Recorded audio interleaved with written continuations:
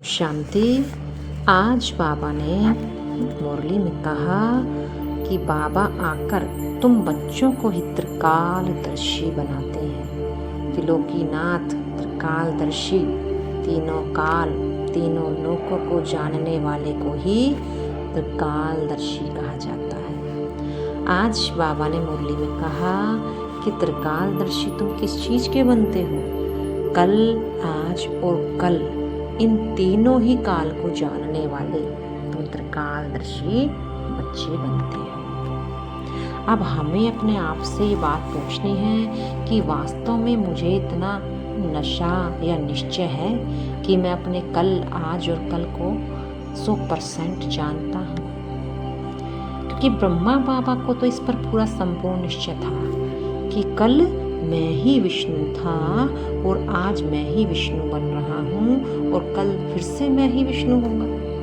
कल, आज और कल का क्या इतना नशा हमें है? बाबा हमें हर रोज मुरली में नशा चढ़ा रहे हैं कि बच्चे, देवता कोई और नहीं था, तुम ही देवता थे। कल तुम देवता थे, आज तुम असुर मनुष्य बन गए हो, कल से फिर तुम देवता बन गए। देवता बनने के लिए क्या करना होता है? बाबा ने बता दिया, देवता बनना अर्थात दिव्य गुणों की धारणा करना। दिव्य गुणों की धारणा हमें कैसे होगी? जितना जितना हम बाबा को याद करेंगे, बाबा की श्रीमत पर चलेंगे और बाबा की हर रोज मुरली को सुनेंगे और उस पर गहन चिंतन करेंगे। बाबा ने ये भी बताया कि देखा जाए तो सारा खेल कल पर और आज पर ही है। क्योंकि कल हम क्या थे, आज हम वो बन रहे हैं। फ्यूचर तो अपने आप तय है ही, जो करेंगे वो बन जाएंगे। सारा कुछ हमें किस में करना होता है? आज में। आज ही हमारा प्रेजेंट है। बाबा ने ये भी कहा कि ये नशा, ये ज्ञान सिर्फ तुम बच्चों को हो, तुम ही बच्चों को है और किसी को भी ये पता नहीं त्रिकालदर्शी किसे कहते हैं।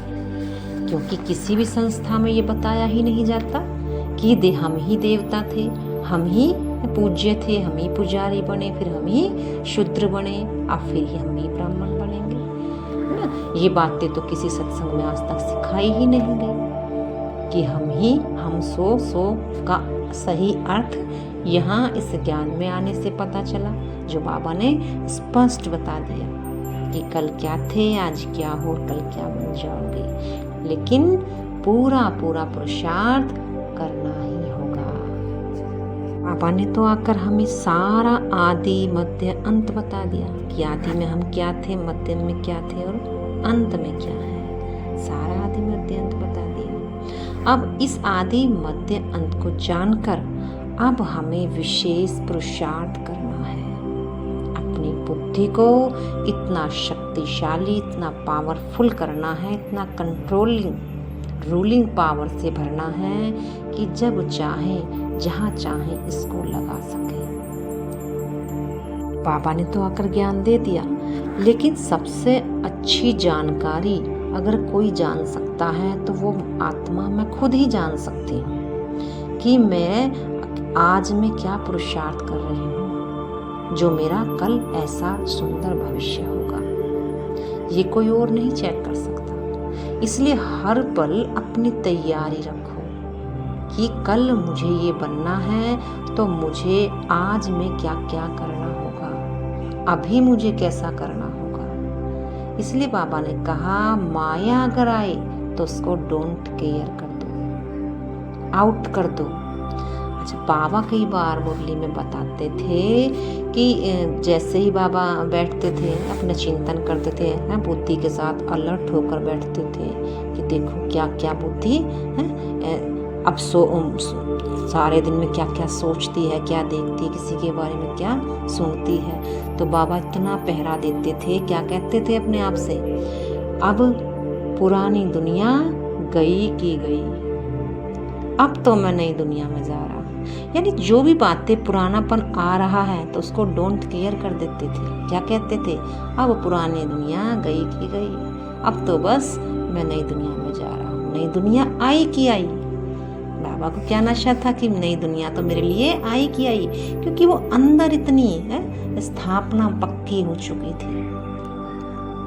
मैं भी बस अपने सूक्ष्म को अच्छे से चेकिंग करनी है कि कितना पुरानापन किस किस रूप में मेरे पास आ रहा है, और आ रहा है तो मुझे अपनी मन और बुद्धि को क्या समझानी देनी है उसको पुरानेपन को हटाने के लिए। बस यही बाबा का यही लास्ट सो फास्ट पुरुषार्थ है। यही पुरुषार्थ तुम्हें last so fast so first ले जाएगा। इसलिए बाबा फर्स्ट नंबर को भी डिक्लेयर कभी करते नहीं है, क्योंकि कौन बाजी मार जाए इसका भी कुछ नहीं मालूम।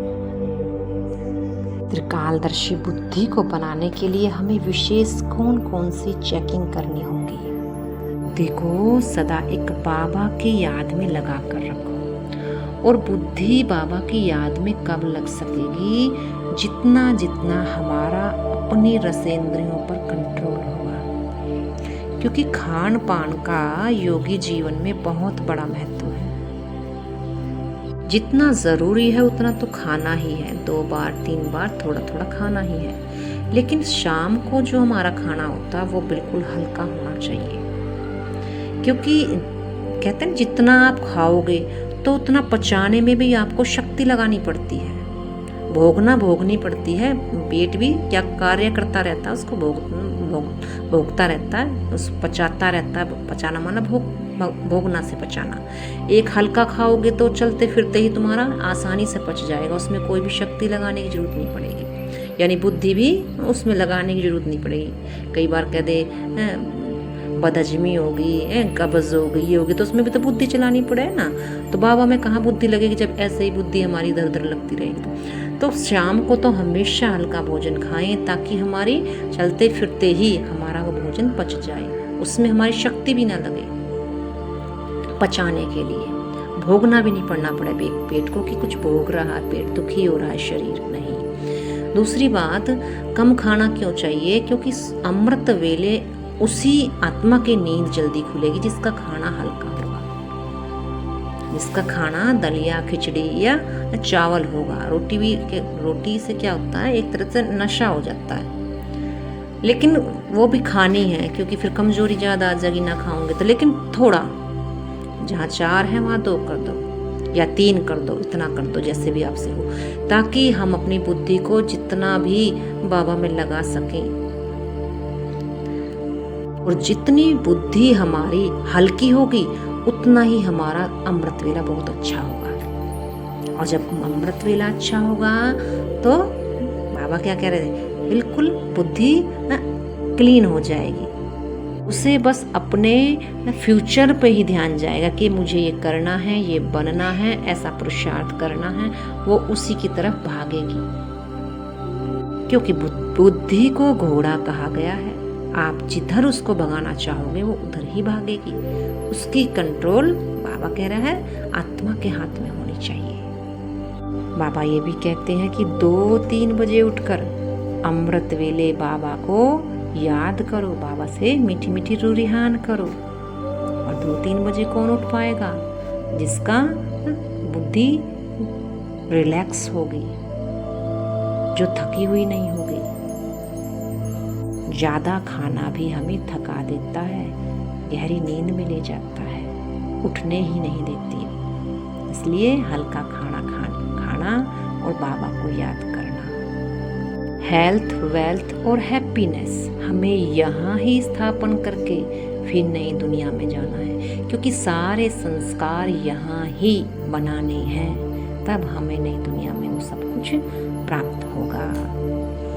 अच्छा, ओम शांति।